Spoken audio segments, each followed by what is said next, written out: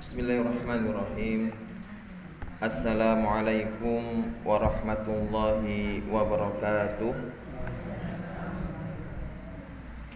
Alhamdulillahi rabbil alamin. Wassalatu wassalamu ala ashrafil anbiya'i wal mursalin wa ala alihi wa ashabihi wa man tabi'ahu bi ihsanin ila yaumiddin. Rabbi shrah li sadri wa yassir li amri wahlul 'uqdatam min lisani yafqahu qawli. Allahumma 'allimna ma yanfa'una wanfa'na bima 'alimna wa zidna 'ilman ya rabbal alamin.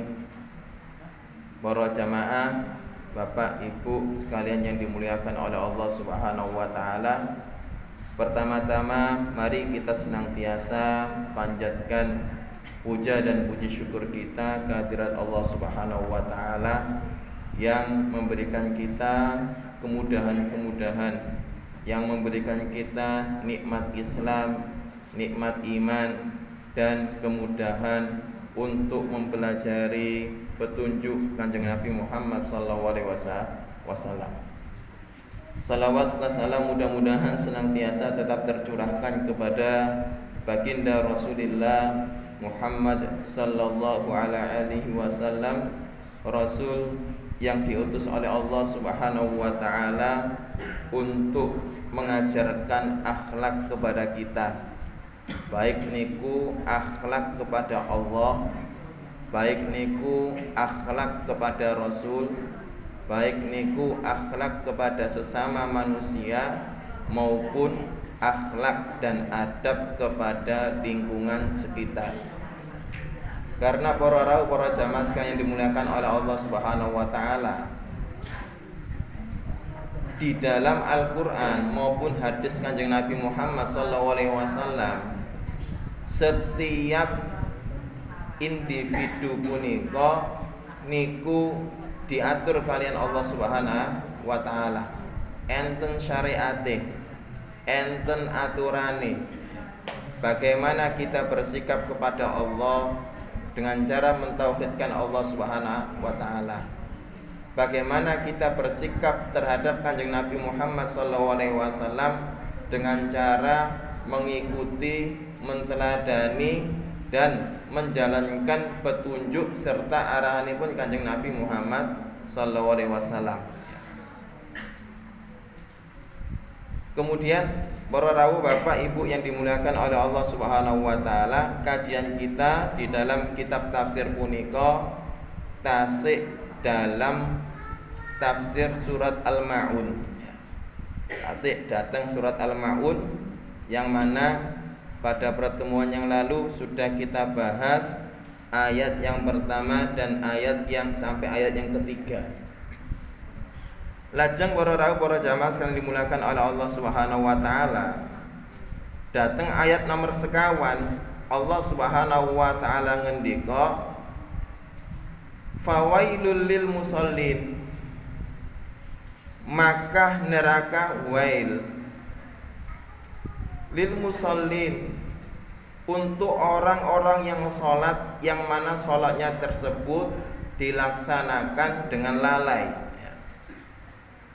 Atau di dalam makna yang lainnya, maka celakalah orang yang lalai di dalam sholatnya. Sebagaimana pada penjelasan ayat yang selanjutnya, Allah Subhanahu wa taala ngendika, alladzina hum an salatihim sahun, orang yang celaka di dalam sholatnya, atau orang sholat yang celaka tersebut itu adalah orang yang lalai dari sholatnya. Dijelaskan kalian Al-Imam Ibnu Abbas rahimahullah rahmatan wasiatan,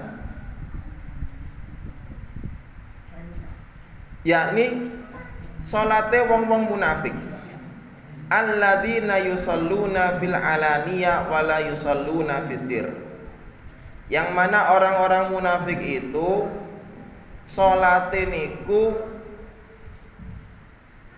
untuk dilihat oleh orang lain. Jadi ketika mereka itu beramai-ramai, mereka itu sholat, Akan tetapi ketika mereka itu sendiri mboten purun salat.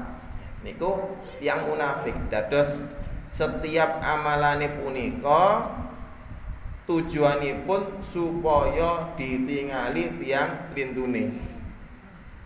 Pramila para rawuh para jamaah sekalian dimuliakan oleh Allah Subhanahu wa taala. Salat yang paling berat bagi orang-orang munafik punika salat subuh kali salat isya. Terus Kanjeng Nabi Muhammad sallallahu alaihi wasallam nate ngendika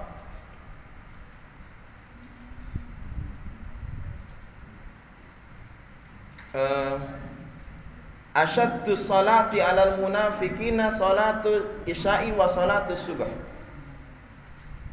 Bahwasanya salat yang paling berat bagi orang-orang munafik itu salat isya dan salat subuh.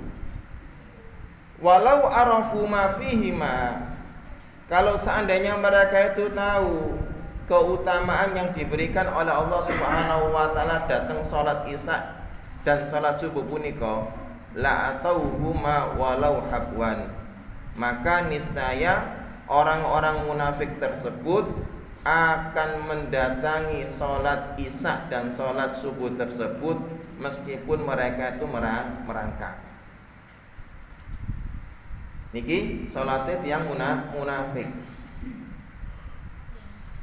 Yang mana datang hadis lintune para rawuh para jamaah sekalian dimulakan oleh Allah Subhanahu wa taala di dalam hadis ingkang diriwayatkan oleh Imam Bukhari dan Imam Muslim. Kanjeng Nabi Muhammad sallallahu alaihi wasallam ngendika, "Tilka salatul munafik." Itulah salat-salate wong munafik.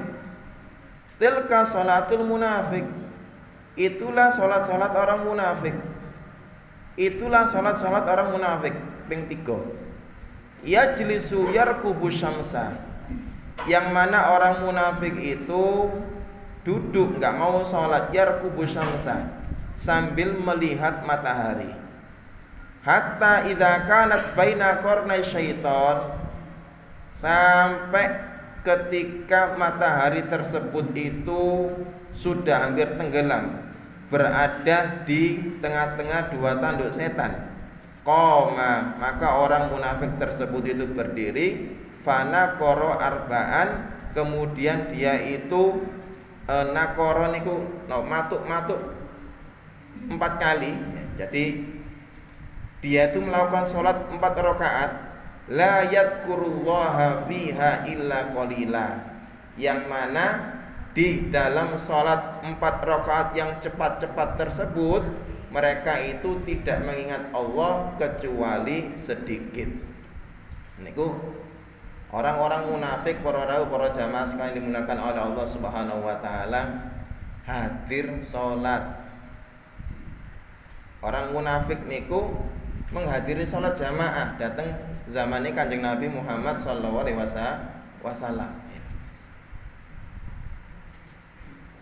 Akan tetapi ketika sholat isya kali sholat subuh, mereka tersebut tidak menghadiri sholat, baik sholat di rumah maupun sholat jamaah. Kenapa? Karena riyin niku kan nggih mboten enten lampu para rawuh, mboten enten penerangan. Dados bilih menawa sholat isya niku nggih sampun peteng, sehingga tidak bisa melihat satu dengan yang lainnya kecuali dalam jarak yang dekat. Begitu pula subuh. Dados subuh niku nggih peteng dedet, mboten enten apa? Lampu, mboten enten. Nggih obor mawon. Gelap ya. Sehingga orang-orang munafik munika boten purun mendatangi sholat isya dan sholat subuh. Intine para rawuh, orang-orang munafik itu bilih menawa beramal kepengin ditingali orang lain. Benten kali tiang-tiang mukmin. Orang-orang mukmin punika ngelampahi amal soleh krana Allah Subhanahu wa taala. boten krana lintune. Dados ditingali tiang lintune nggih nglampahi amal ibadah, boten ditingali nggih nglampahi amal ibadah. Bapak Ibu yang dimuliakan oleh Allah Subhanahu wa taala. Lah, di dalam urusan salat orang-orang munafik niku hancur. Tidak memperbaiki salatnya, padahal salat punika amalan paling pertama sekali dihisab kalian Allah Subhanahu wa taala. Iku salat. Kanjeng Nabi Muhammad SAW ngendika, awwalu amalin yuhasabu abdu alaihi as-shalah. Amalan yang paling pertama sekali dihisab oleh Allah dari hambanya, amalan hamba yang pertama kali dihisab kalian Allah Subhanahu wa taala niku salate.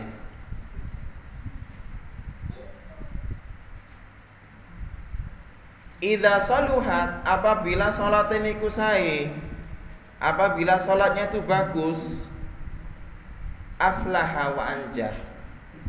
Orang tersebut bakal selamat, orang tersebut itu bakal sukses. Wa idza fasada sairu a'malihi. Apabila salatnya itu rusak, maka amalan-amalan yang lainnya itu pun akan rusak. Terus para jamaah sekalian dimuliakan oleh Allah Subhanahu wa taala, oleh karena itu salat itu dijadikan oleh Allah Subhanahu wa taala rukun Islam nomor kali. Nomor setunggal apa anak-anak rukun Islam? Syahadat. Nomor 2-nya salat. Artinya apa? Salat itu kedudukannya sangat penting. Salat itu kedudukannya sangat urgen. Sehingga para jamaah sekalian dimuliakan oleh Allah Subhanahu wa taala, para orang tua niku diwajibkan oleh Kanjeng Nabi Muhammad SAW mengajarkan sholat kepada anak-anak mereka sebelum usia balik. Terus sakderenge usia balik niku anak-anak niku sampun diajari tata cara sholat. Mboten namung diajari mawon, akan tetapi juga dibiasakan supaya anak-anak tersebut sebelum usia balik sampun sadar, sampun paham kalih kewajibanipun sholat. Terus usia 7 tahun sampun diperintahkan sholat. Muru auladakum bis sholah wahum abna'u sab'u sinin. Perintahlah anak-anakmu itu untuk sholat ketika usia mereka 7 tahun. Sampun diperintahkan. Sehingga para orang tua apabila memiliki anak sudah usia 7 tahun niki berkewajiban memerintahkan mereka untuk sholat. Diperintah mawon, mangke dilampahi mboten dilampahi mboten dosa yang sepune niku. Sing penting disuruh sholat.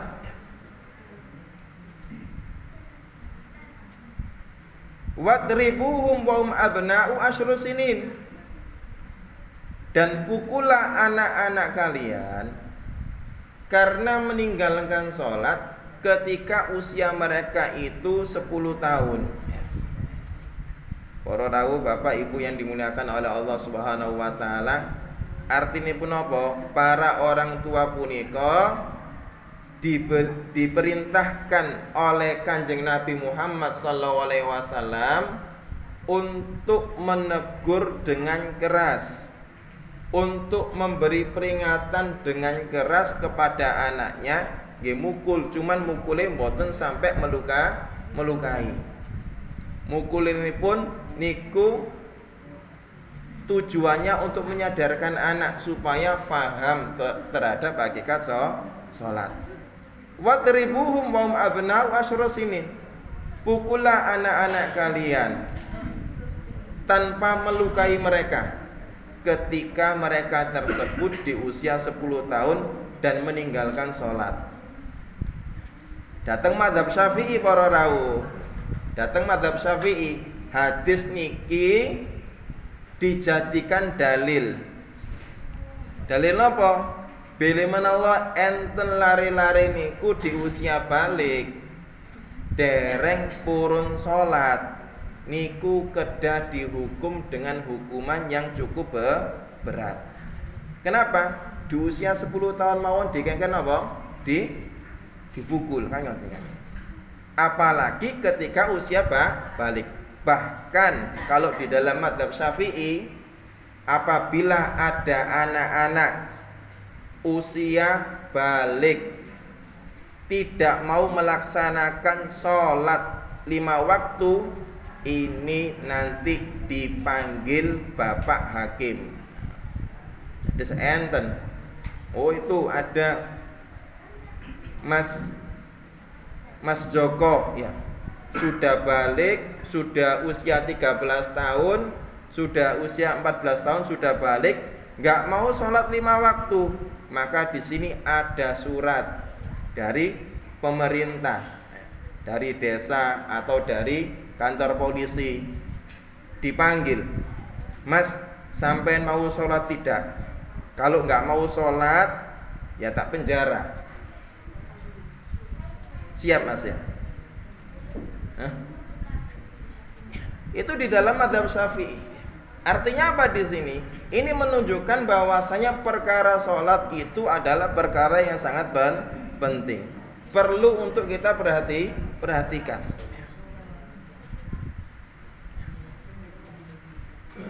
Kalau di usia balik saja niku demikian, lebih-lebih lagi ketika orang tersebut itu sudah dewasa, akan tetapi mboten purun sholat. Terus para rawuh, para jamaah sekalian dimuliakan oleh Allah Subhanahu wa taala. Fawailul lil musallin. Maka celakalah bagi orang-orang yang sholat, yang mana mereka tersebut itu lalai dari sholatnya. Dijelaskan kalian Imam Ibnu Katsir ya. Dijelaskan kalian Imam Ibnu Katsir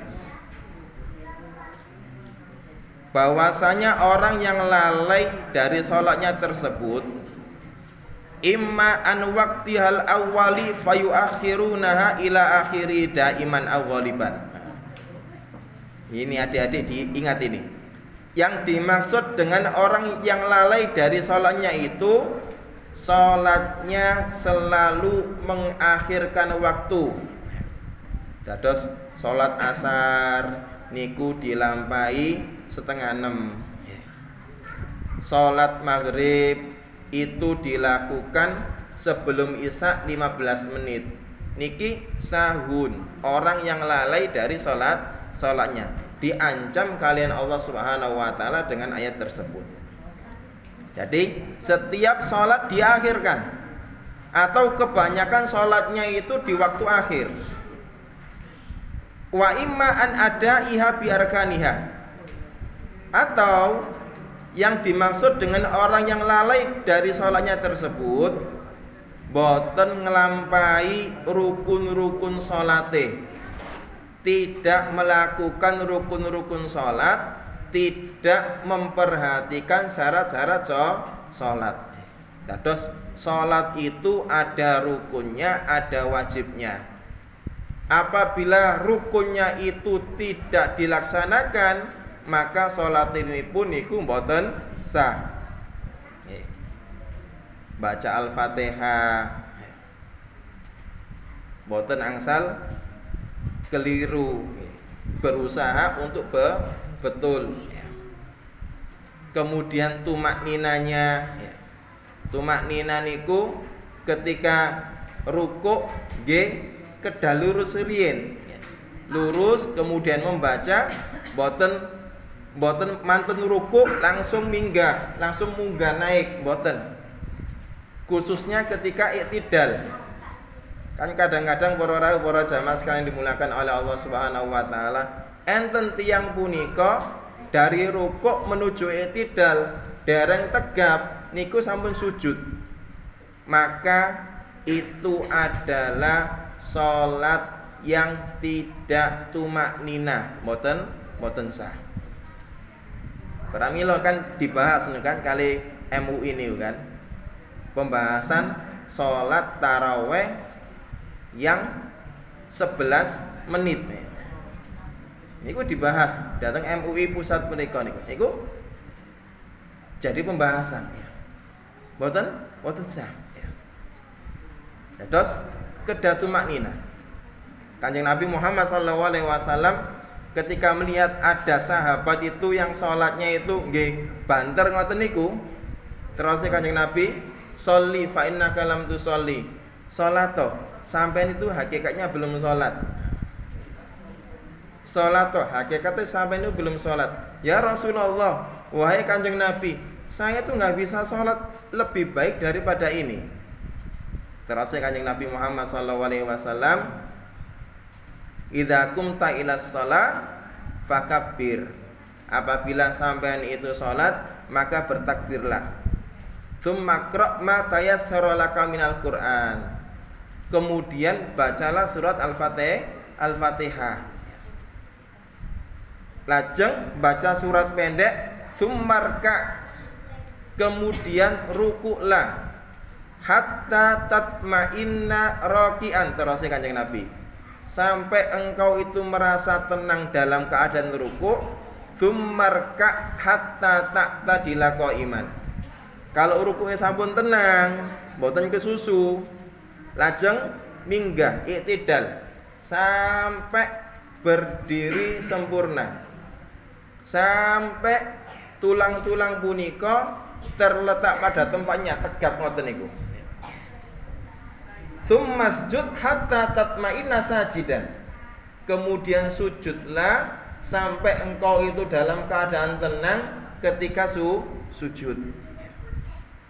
Kemudian duduk sampai tenang, sujud malih sampai tenang. Dados para jamaah sekalian dimulakan oleh Allah Subhanahu wa taala, salat niku harus tumak nina. Terus sholat itu harus tumak nina.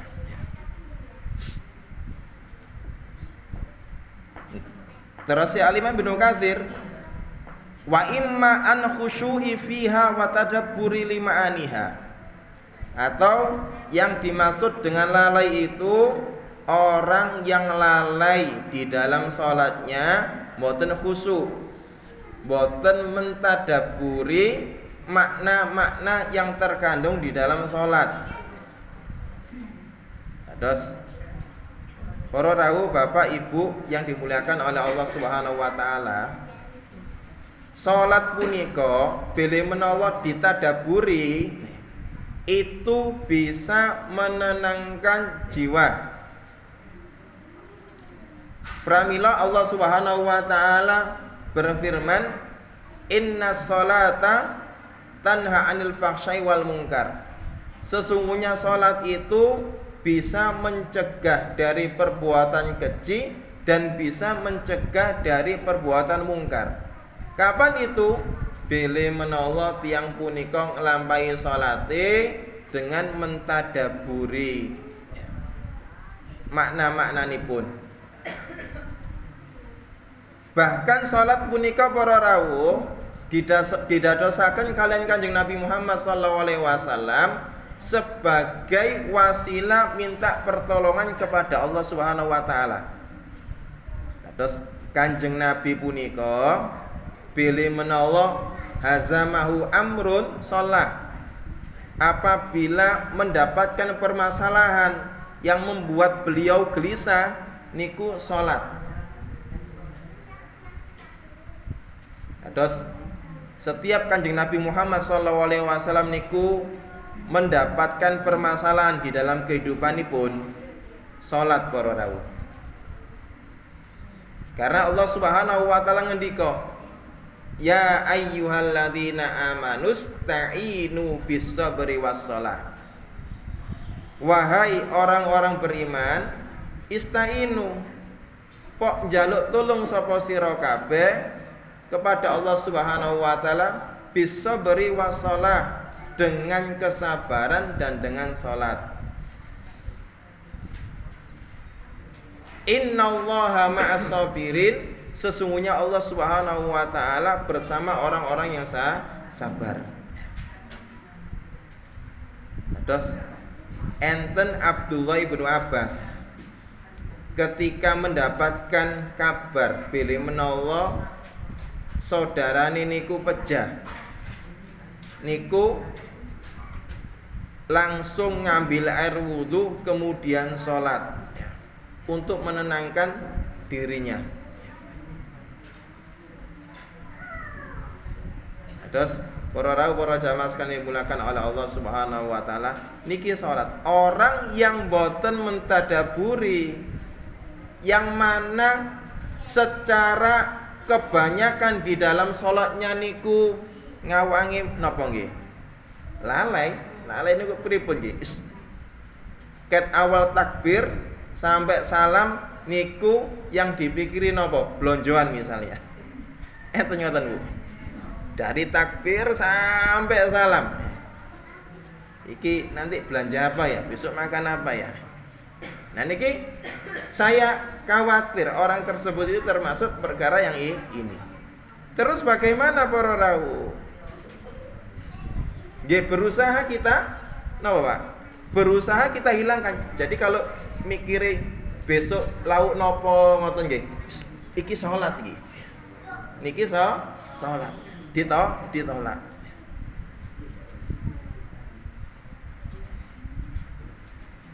Ini salat. Kedah ditolak, harus dilawan.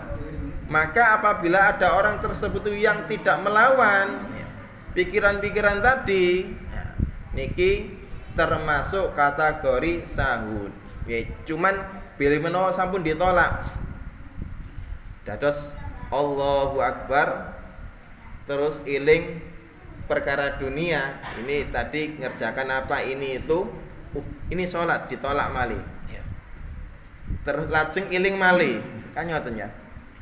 Ditolak malih, berusaha menolak terus, maka di sini insya Allah tidak termasuk orang yang sahun. Cuman apabila orang dari awal sampai salam niku nggih boten iling napa-napa, maka saya khawatir tiang punika termasuk orang yang sahun. Karena di sini dijelaskan oleh Al-Imam Ibnu Katsir. Fal lafdhu yashmalu hadza kullah. Maka lafaz sahun itu mencakup semuanya. Baik itu lalai dari waktunya, boten ngelampahi rukun-rukun kali syarate, yang kemudian pada mayoritasnya kebanyakan di dalam sholatnya itu tidak khusyuk, boten kepikiran Allah Subhanahu wa taala. Maka di sini terasi Al-Imam Ibnu Katsir, tiyang punika termasuk orang-orang yang sahun. Kenapa? Karena niki ciri-cirine orang munafik pada zaman dahulu para orang. La yadhkurunallaha illa qalila. Orang-orang munafik itu tidak mengingat Allah kecuali sedikit.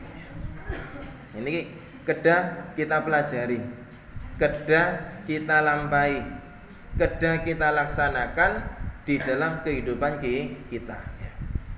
Jangan sampai kulolan panjenengan sedanten diberikan oleh Allah Subhanahu wa taala umur 70 tahun, 60 tahun, dari awal balik sampai sakniki niku salatipun kepikiran lintune. Pramila para jamaah sekalian dimulakan oleh Allah Subhanahu wa taala, Umar bin Khattab punika nate ngendika, "Lau araftu anna raq'ati maqbula indallah." Kalau seandainya saya itu tahu ada rakaat dan sholat saya itu yang diterima oleh Allah Subhanahu wa taala, la atamannal mauta, maka niscaya saya berharap saya mati saja. Karena apa? Sholat niku perkara ingkang paling penting. Para rawuh, Bapak Ibu ingkang dimuliakan kalian Allah Subhanahu wa taala, tiyang nglampahi salat punika mendapatkan pahala ingkang sempurna niku sulit. Kanjeng Nabi Muhammad sallallahu alaihi wasallam mendika, innal abda la yusalla la yuktabu lahu min salati illa usyruha. Seorang hamba melakukan salat, ia tidak mendapatkan pahala sholatnya kecuali 1/10-nya saja, autusuuha, atau 1/9-nya saja, atau sumunuha 1/8, 7/7, 1/6, 1/5, sampai mentok-mentok niku setengahnipun. Artinya napa niki para rawuh? Untuk mendapatkan nilai salat ingkang sempurna punika perlu perjuangan. Pramila mboten asal kesesoh, tidak boleh tergopoh-gopoh, tergesa-gesa. Salat niku kula lan panjenengan sedanten ketika mlebet salat niku tenang, mboten angsal melayu, Pak. Ngapunten. Bilih menawa kula lan panjenengan sedanten kan kadang-kadang bele menawa kepirengan iqomat niku kan rada ngincik ini kan. Rada ngincik, agak cepat melampaui. Nah niku tidak sesuai dengan arahan Kanjeng Nabi Muhammad sallallahu alaihi wasallam. Sepindah malih. Orang yang tergesa-gesa mendatangi sholat ketika mendengarkan iqomat niku boten pas. Yang paling pas punika ketika kita mendengarkan iqomat niku kula lan panjenengan sedanten tetap tenang ya. Idza uqimatis shalah famsu wa anta ala sakinatin wa waqarin. Apabila salat itu telah diiqomati, maka datangilah salat itu engkau dalam keadaan tenang, dalam keadaan berwibawa. Supaya apa? Ketika kita masuk dalam sholat itu nggih mboten ngos-ngosan, saged fokus dateng sholate. Idza adrakal imam fasholli. Apabila engkau itu mendapatkan imam ruku, maka rukuklah. Apabila engkau mendapatkan imam sujud, maka sujudlah. Supaya apa para jamaah? Supaya orang itu bisa melakukan sholat itu dengan tenang.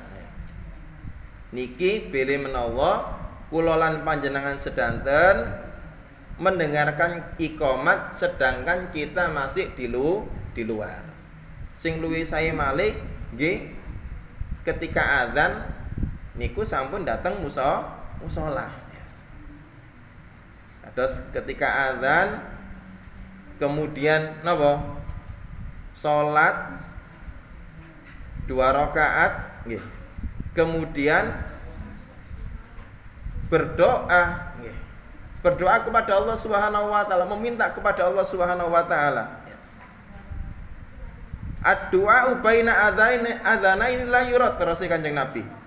Doa di antara 2 adzan, doa antara adzan dan iqamat itu tidak ditolak kalian Allah Subhanahu wa taala. Doa. Pramila, cek kadang-kadang cek riyen niku kan napa, Pak? Antara azan dan salat antara azan dan iqamat niku biasanya kan sebagian tiang niku puji-pujian niku kan. Nah, puji-pujian niku asale doa para rawuh. Sepindah malih. Puji-pujian punika asale doa, cuman sing sae niku mboten dikeras-keraskan. Doa khusuk. Botone jenengan napa, karepe napa. Supaya apa? Supaya ketika kita masuk dalam keadaan sholat niku lebih tenang kepada Allah Subhanahu wa taala, lebih khusuk. Cek riyen kan hanya diajari. Kenapa? Diajari hal tersebut supaya melatih orang itu untuk menunggu iqamat itu berdoa kepada Allah Subhanahu wa taala. Meminta hajatnya. Cuman kadang-kadang dilupakan. Nah, para jamaah sekalian yang dimuliakan oleh Allah Subhanahu wa taala. Ketika kita tersebut itu memenuhi hal-hal tadi. Jadi ketika sebelum sholat itu sampun hadir, kemudian sholat sunnah terlebih dahulu, maka ketika kita masuk ke dalam intinya yaitu sholat, maka insya Allah sholat kita akan lebih khusyuk. Terus benten kali tiang yang tergesa-gesa. Wekdal iqamat langsung melayu ngoten niku. Niki ketika nyampe shaf Allahu Akbar, kadang-kadang napa? Nafase niku tasik ngos-ngosan. Niki tidak sesuai kali ajaranipun Kanjeng Nabi Muhammad sallallahu alaihi wasallam.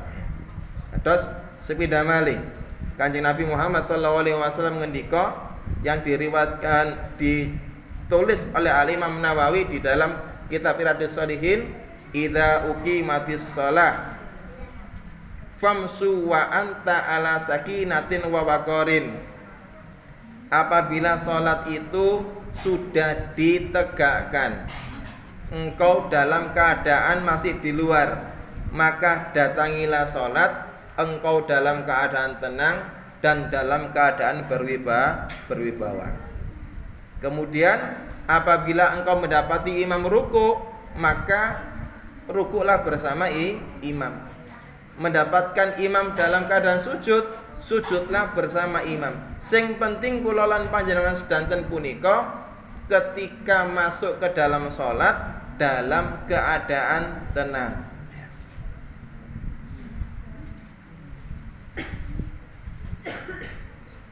Para rawuh Bapak Ibu, Mas, adik-adik yang dimuliakan oleh Allah Subhanahu wa taala.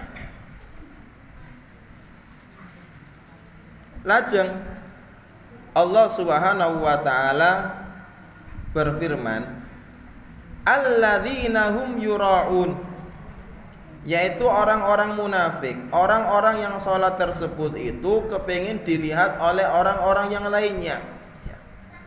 Salah satu ciri-ciri orang yang munafik itu ingin memperlihatkan amalannya kepada orang lain.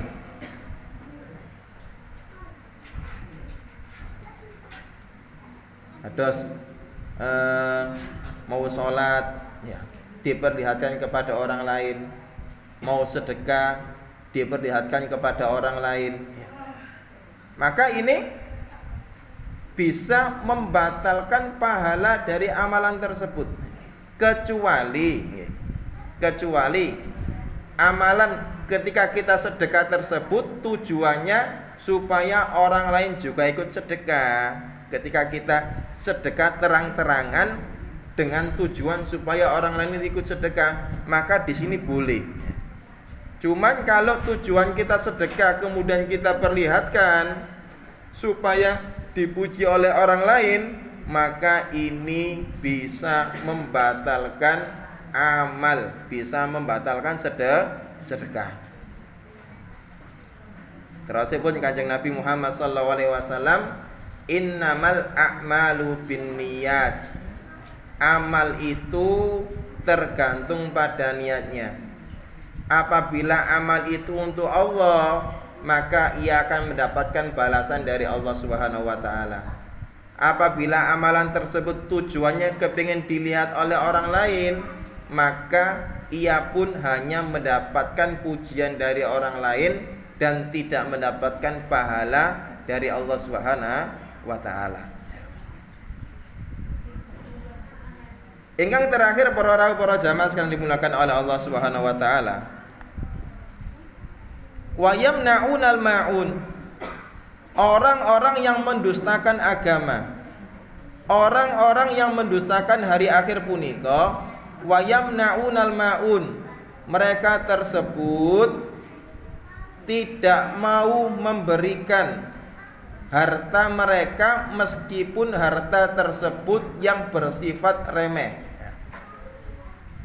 Terus para jamaah sekalian dimuliakan oleh Allah Subhanahu wa taala, dijelaskan oleh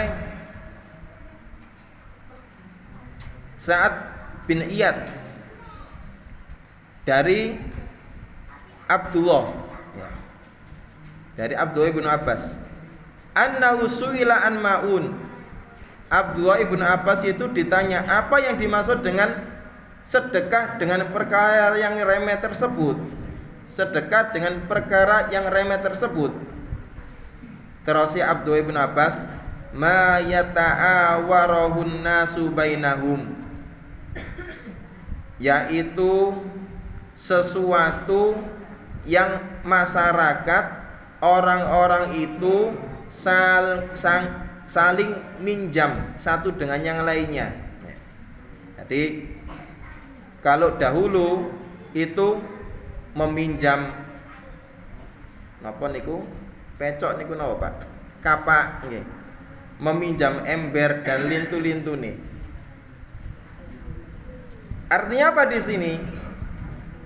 Orang-orang yang tidak mau meminjamkan sesuatu yang remeh, boten purun meminjami ember, boten purun meminjami kapak, boten purun meminjami sapu dan lintu-lintu nih dan lain-lainnya, maka ini kemungkinan besar orang itu tidak mau mengeluarkan hartanya untuk sedekah. Padahal nggih napa? Kita meminjamkan kapak niku kan nggih mboten kalong kapakipun. Ketika kita meminjami orang lain itu sapu, kan sapu nggih tasih utuh. Nah, ini orang-orang munafik, orang-orang yang mengingkari hari akhir dan agama, itu mereka tidak mau meminjamkan, tidak mau memberi meskipun perkara yang sedikit. Padahal para jamaah sekalian dimuliakan oleh Allah Subhanahu wa taala, sedekah niku pahalane ageng sangat. Terusipun Kanjeng Nabi Muhammad sallallahu alaihi wasallam, as-shadaqatu burhanun. Yang namanya sedekah itu sebagai bukti keimanan kula lan panjenengan sedanten. Jadi bukti nyata dari keimanan itu adalah sedekah. Ketika seseorang itu mengeluarkan hartanya di jalan Allah Subhanahu wa taala, berarti orang tersebut memang beriman kepada Allah Subhanahu wa taala. Di dalam surat Al-Hujurat, Allah Subhanahu wa taala berfirman, "Innamal mu'minuna alladzina amanu billahi wa rasulihi tsumma lam yartabu." Sesungguhnya orang-orang yang beriman itu adalah orang yang beriman kepada Allah dan Rasulnya dan beramal soleh. Tsumma lam yartabu, kemudian mereka itu tidak ragu. Wayung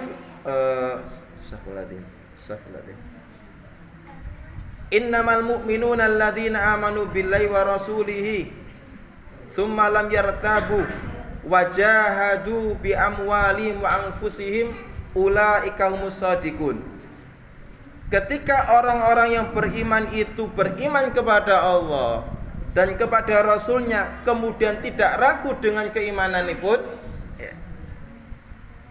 mereka itu berjuang untuk agama Allah dengan hartanya dan dengan jiwanya. Ditutup kalian Allah Subhanahu wa taala, ulaika humus shadiqun. Ya, orang-orang itu saja yang betul itu. Orang yang jujur yang demikian. Kalau mereka itu tidak mau mengorbankan hartanya untuk Allah Subhanahu wa taala, niki berarti tiang punika keimanannya diragukan kalian Allah Subhanahu wa taala.